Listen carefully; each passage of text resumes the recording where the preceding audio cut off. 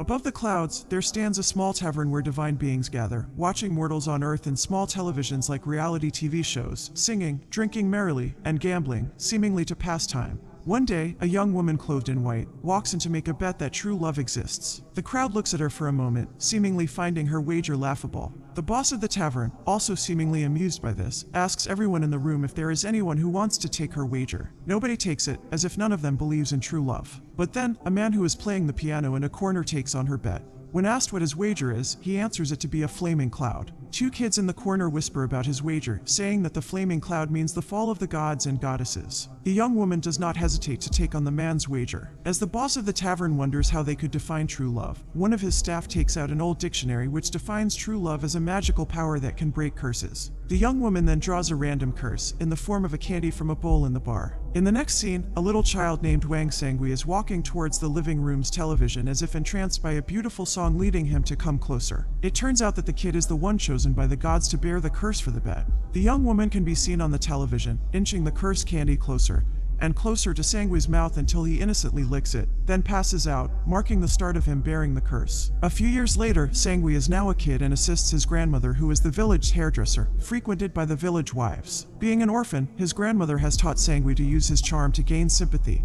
and favors from the villagers' wives. His charm always works as the ladies always give him gifts, making the other kids in town jealous of him and avoid playing with him. After helping her grandmother, Sangui goes to buy ice cream from a lady living alone by the pond where he hangs out. That day, the lady tells Sangui that someone else had taken his favorite hangout spot. Sangui goes to the place and sees a girl sitting on his spot. He approaches her and tries to make her go away. He even tries to use his charm as an orphan kid so the girl could pity her, but unfortunately, it doesn't work on her. Day by day, he goes to the spot trying to reclaim it to no avail. One day, he beat the girl in a game of rock, paper, scissors and thinks he could finally reclaim his territory, but the girl still doesn't go. That day, they finally properly get to know each other. Sangui learns that the girl is named Tingting and gets captivated by her beautiful smile. Then, Tingting finally lets Sangui sit beside her. Every day, they would meet at that spot and enjoy each other's company. However, it turns out that Tingting will soon be moving away to a village called Whitestone, as her dad has found a new wife after her mother passed away. Sangui, although saddened by this, promises to find Tingting when he grows up.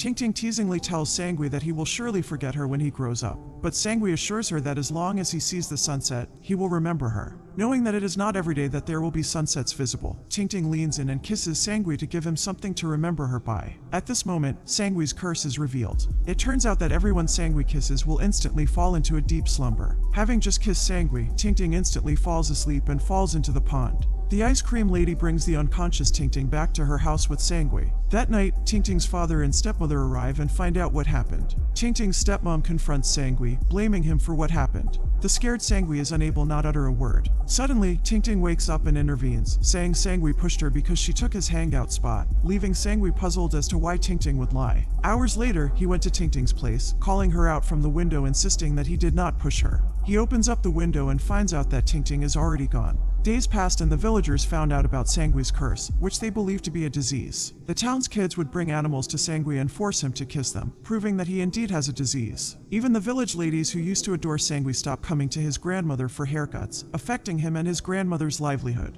Days pass by and his grandmother starts falling ill, pushing Sangui to learn to take care of her at such a young age. One night, while his grandmother lays on the bed, she gives Sangui reminders to take care of himself, promising that once he turns 18, his curse will be gone. Moments later, she sadly passes away. With no one left to take care of him, Sangui packs his bags and leaves the village by sneaking into a train, leading him to Whitestone Village. In the next scene, we see a now grown-up Sangui who has become a barber himself, just like his late grandma. After that day's hard work, on his way home, he sees a flickering street lamp and is unable to resist just leaving it like that. He climbs the pole to fix the lamp. Just as he is about to come down, he sees a withering plant on a balcony and decides to water it. He climbs the balcony, only to find out that his water bottle is empty. He peeks inside the window and sees a young woman sleeping. He then sneaks inside to get water, but the young woman, who is seemingly having a dream, suddenly wakes up. Sangui acts fast and kisses the woman, making her fall into a deep slumber again. The next morning, we see the young woman in a library, spacing out as if pondering about what happened last night.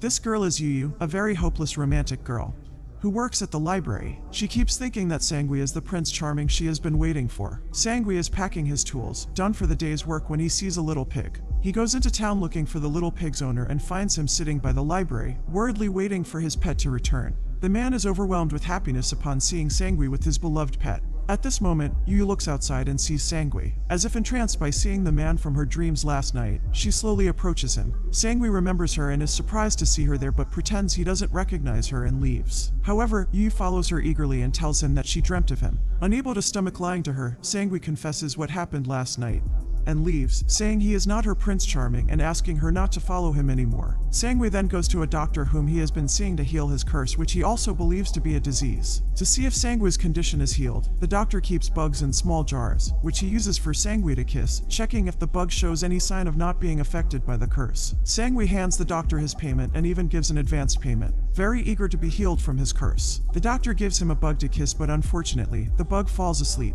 Unbeknownst to Sangui, Yu is still following him and sees what happened to the bug. A flashback is shown when Yu was just a kid. It has always been her greatest dream to become a princess. One day, she went to a house where she believes a witch lives in and asks her how she could become a princess. She hears a witch's voice behind the door telling her that she has to look for her prince among the cursed ones. Seeing that Sangui is cursed, she excitedly barges inside and takes Sangui with her, believing that he is the one she's been looking for. She tells Sangui that the doctor will never be able to heal him because what he has is a curse and not a disease. The next day, a little kid approaches Sangui saying he has a message for him. It turns out that the message is from Yu, asking him to go to a funeral house to be able to break his curse. Sangui arrives at the funeral home and sees Yu lying inside a glass coffin as if she is Sleeping Beauty. Worried, Sangui approaches to check on her. Then Yu suddenly leans in and kisses Sangui. Unfortunately, this doesn't break the curse and Yu falls asleep instantly. Sangui brings the sleeping Yu back to her room. When she awakens, she assures Sangui that she will find a way to break his curse. In the next scenes, we see Yu exhausting all ways she could think of to break Sangui's curse, researching through all books she could find in the library. She grows multiple plants looking for one that she believes could cure him, and making Sangui drink the extract, but this doesn't work.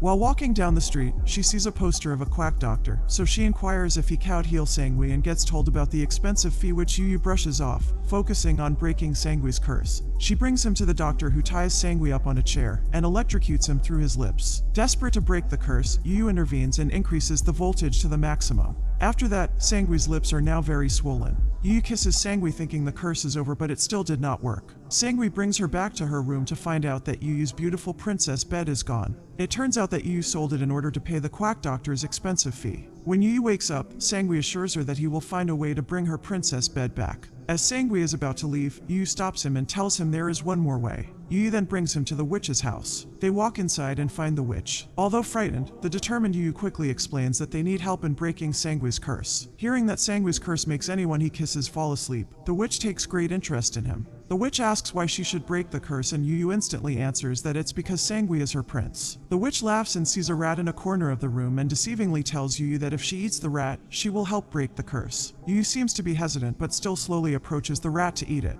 Just then, lightning strikes outside, frightening the rat and Yu. The witch laughs and deceives her again, saying the rat is actually her prince and not Sangui. Hearing this, Yu picks up the rat, smiling as if she had found her frog prince, ready to kiss it. The witch then remarks that it doesn't make a difference to Yu whether her prince is Sangui, or the rat, or something else. Hearing this, Yu seems to have come to a realization and suddenly walks out. Sangui runs after her. Yu realizes that she is not helping him out of love but only because she wants him to be her prince, in order to realize her dream of becoming a princess. In the end, she still assures him that even if she couldn't break the curse, someone else will, and then leaves. Sangui goes back inside and begs the witch to help him. The witch promises that as long as he gives her a good long sleep, she will help, confessing that she has not been able to sleep for 12 years. Sangui then kisses the witch and she instantly falls asleep.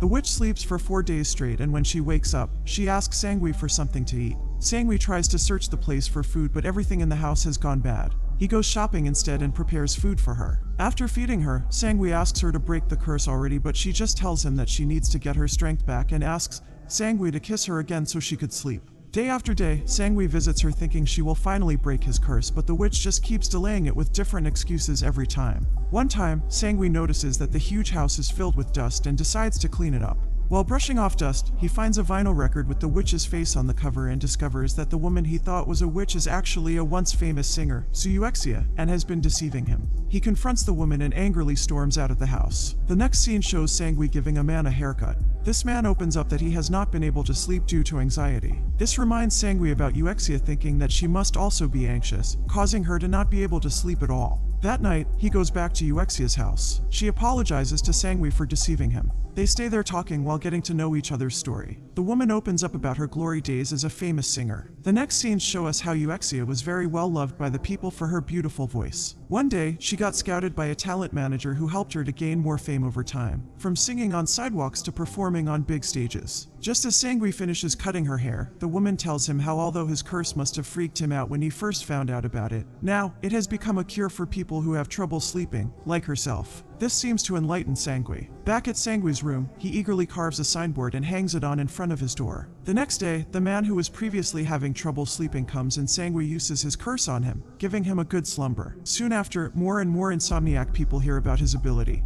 and they line up outside Sangui's door. Sangui returns to visit Euxia and they go out for lunch. Euxia asks Sangui when was the last time he kissed a girl, and Sangui tells her it was when he was 5, with Tingting. He shares that Tingting is the reason he came to Whitestone is to find her, but confesses that he wants to break his curse first before he goes looking for Tingting. Then, Sangui tells Euxia that although she lied to him about being able to break his curse, he is still thankful for her for making him realize he could put his curse to good use and help people. While they are talking, a group of older ladies see them and start gossiping about Euxia. Then, they started singing Euxia's song, which sounds familiar to Sangui. On the way home that night, Euxia, who is already drunk, tells Sangui how regret can become a curse too. She starts singing, remembering her old days when she was with the person she loves. It turns out that her ex-lover was the same man who wagered the flaming cloud back in the Tavern of Gods and Goddesses. From the very beginning, it seems that Sangui and Euxia have already been connected by fate, as Sangui remembers that the beautiful song he heard leading him to lick the curse candy when he was a kid was Euxia's song. The man was Euxia's accordionist and also a composer. They were in love and living happily together. However, one day, Euxia realized that the man's accordion was too overpowering,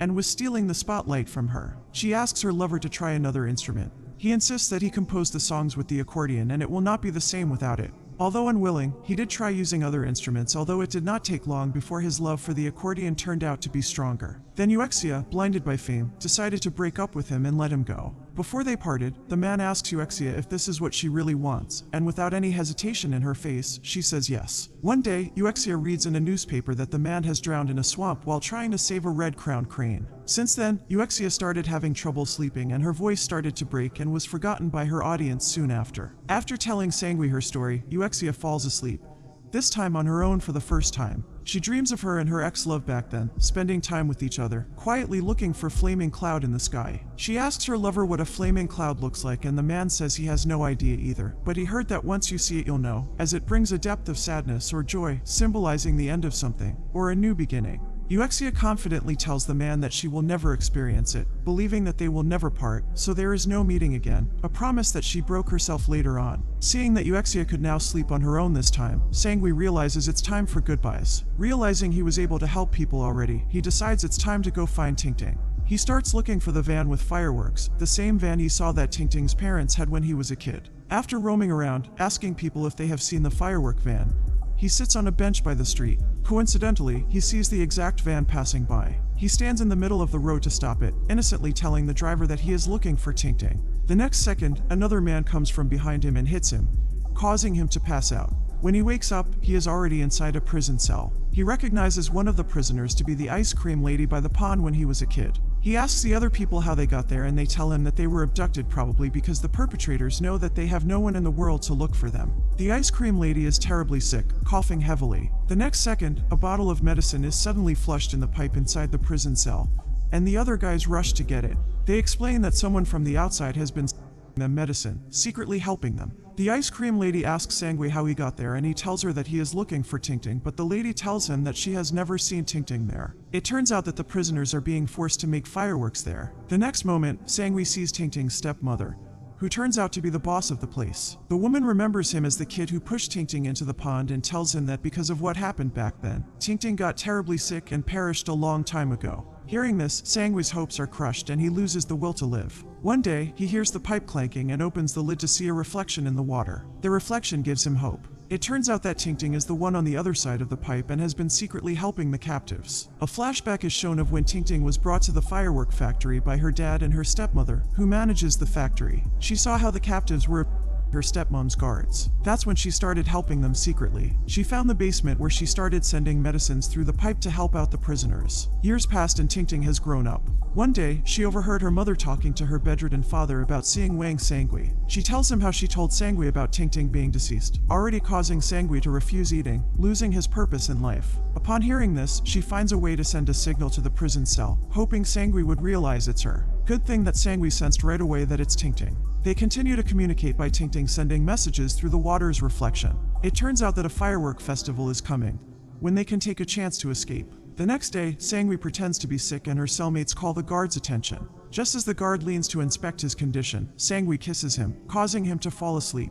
They begin their escape, but the stepmother traps them. Fortunately, Ting Ting shows up behind her stepmother, holding a knife, forcing her to open the gate. Ting Ting and Sangui finally reunite after years. Ting Ting then pushes her stepmother inside the cell, trapping her and giving the prisoners time to escape. It's time for Ting Ting and Sangui to be pulled up to the escape passage, but the rope they are using suddenly starts snapping. Seeing that the rope is about to break, Sangui and Ting Ting then just stare at each other lovingly, as if taking this chance to think only about the two of them, not caring about what might happen next. Then, Sangui kisses Ting Ting. Surprisingly, Ting Ting doesn't fall asleep, which means that the curse has been broken. Just as Ting Ting is about to fall, Sangui catches her. At the same time, her stepmother escapes the cell and fires at them. Due to the situation, the other prisoners hurriedly pulls them up. The stepmother carelessly continues to fire shots and one bullet accidentally bounces to a firework, causing a huge blast. Meanwhile, at the town's park, people are celebrating the firework festival, with Euxia performing in front of the crowd. In the heavens, Euxia's lover walks out of the tavern, holding his accordion. As he walks out, the young woman who he wagered with asks him why he did the bet. He simply answers that it's because he knows that flaming cloud exists, and that he wants someone else to know, pertaining to Euxia, as if promising her from afar that they will meet again. It turns out that the goddess so eagerly wagered for true love because she found that no one in the world believes in fairy tales anymore, herself included, despite being a writer of fairy tales herself. After Euxia's performance, she finally sees a flaming cloud up in the sky and stares at it, amazed. Sangui and Ting Ting manage to escape the firework factory but soon discover that Ting Ting has been shot. They realize there is no more time to bring Ting Ting to the hospital. The two of them instead go to a beautiful lake, where they watch the beautiful flaming cloud, spending their last moments together. Their love story will then be passed on to generations to come, proving that both true love and flaming clouds exist.